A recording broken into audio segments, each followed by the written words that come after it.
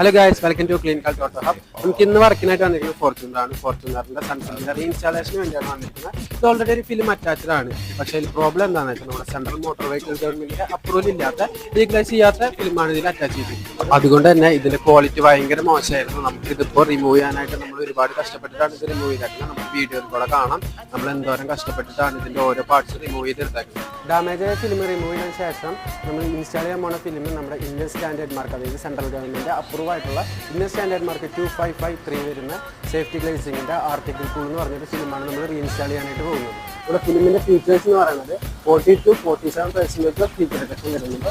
അതേപോലെ തന്നെ UV resistance നമുക്ക് 99% വരുന്നുണ്ട്. നമ്മുടെ ഫ്രണ്ട് ഗ്ലാസിലും ബാക്ക് ഗ്ലാസിലും 70% ഓഫ് വിസിബിലിറ്റിയും സൈഡ് ഗ്ലാസിലും 50% വിസിബിലിറ്റിയാണ് ഫിലിമിൽ വരുന്നത്.